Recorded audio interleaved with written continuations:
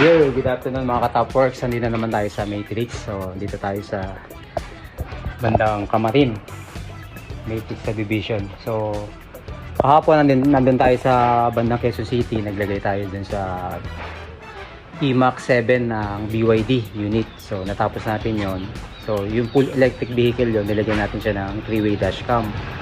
May live monitoring sa cellphone na makikita mo sa kahit nasa ibang bansa ka, makikita mo yung camera niya. So, 3 camera yon nilagay natin sa kanya. Then, meron siyang SIM card slot, kaya meron siyang network. Makikita yung kung nasa yung kotse nyo, yung kuha ng kotse nyo, tsaka yung GPS mismo location ng kotse nyo. Ito naman, ang lalagay natin dito is yung 4K UHD natin 1080p. So, ang model niya F24. Ito yung may ADAS saka blind spot detection na siya.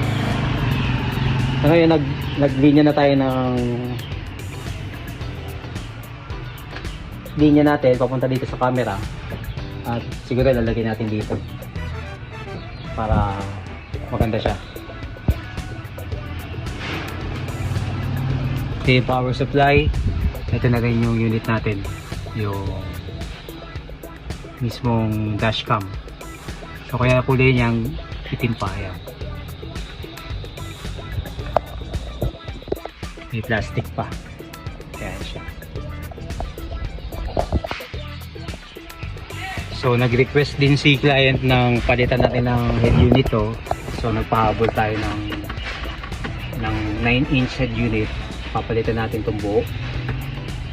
Mamaya sabay-sabay natin ipapakita sa inyo yung kung ano yung outcome nito.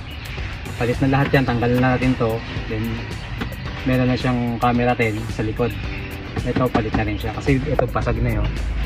Na rin si client.